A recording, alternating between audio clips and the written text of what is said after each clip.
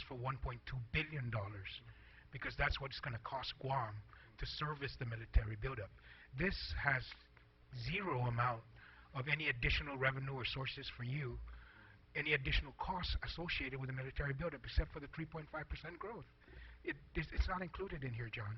There's no, and if you look at the FEIS, when you say 10%, look at the FEIS, because even in the FEIS, it will show you that 10% is inflated and overblown, according to the Pacific Center for Economic Study. So we just need to take a look at those factors. That's correct, and what you show in your presentation also regarding the EIS and the 1.5 high number $billion that they expect in collections. Our numbers, I believe it was between 2014 and 18, you stated that our numbers were only 20% or 21% at 343, and that was part of the presentation I know that Mr. Badassi had provided to the body. So and then again, these projections, just like for example in 2012, we looked at the revenues, we looked at the total revenues. We came out with the variances that the budget that is currently being discussed was about $6 to $7 million and more. And then of course with all the whatever changes, whether it's increase or decrease, we'll look at that right after the budget. It's just that it shows revenues, but no additional revenues, but no additional expenditure. And I find that hard to accept in these data. That would not be the case. I think we would have additional expenditures. Just for clarification, John, you mentioned that we're looking at the business privilege tax, Governor, and maybe Carl can point out on the slide where's that 3% from business privilege tax? That's the pledge. The pledge is the business privilege tax. Where is that? On the proposed, it's not on the slide, but we're using the pledge of the BPT for 3 or 4% up into debt service. And actually, that's always been the case since day one since the first time we proposed the bond. Yeah, I just wanted to ask about this one because this one is different from the one that was last Thursday, and different from the one 2 Thursdays ago. And so I'm just asking. The business bridge was different? Well, I don't see it on any of these slides. All I'm asking is included on this slide so that I can point when I go back into my notes where you've committed this. Okay, I apologize. I mean, that's, again, since day one, and that hasn't changed. The pledge hasn't changed. I understand, but many things have changed, and I just need to know with every single document what are the current numbers and what we're depending on, because I can't assume anything that you guys are doing. I have to see it in writing. Gotcha. And it's also in the comparison that I believe the committee had provided. It showed the 3% of the 4%. I understand that, John. Okay. All I'm saying is the presentation that you came with today does not include it in that. And all I'm saying is say it, write it, and own it. Because all these numbers keep changing by the day.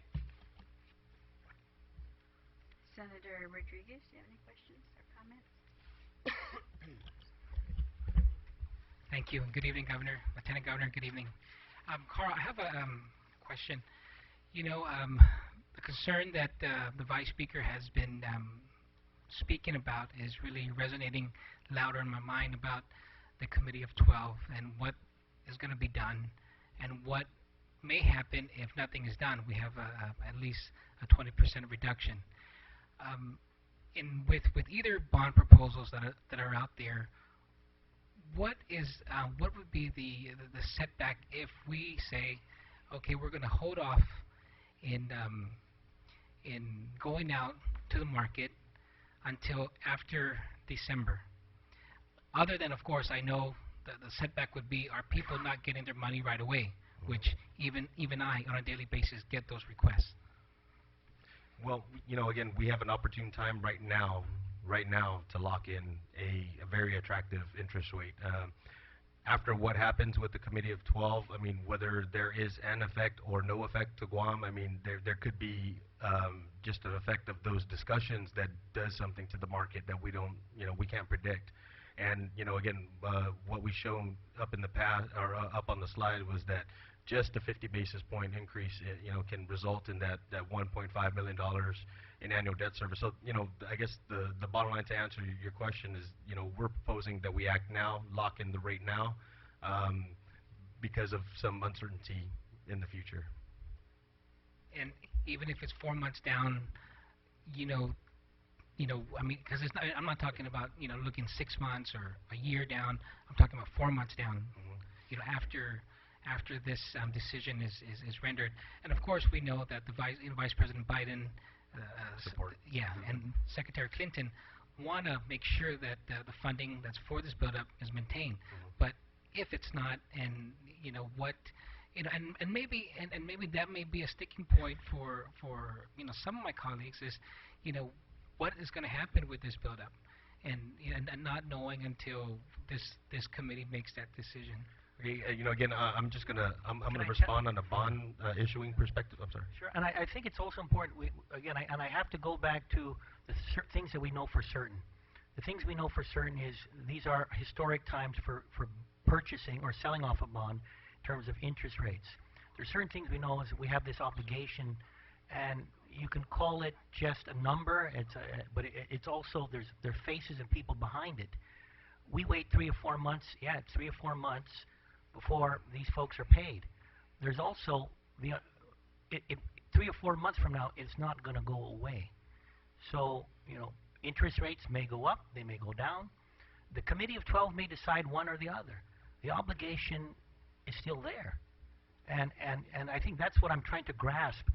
If you want to wait till then, what are you waiting for? Things to get better? Things to get worse? We still have that obligation. One thing we do know that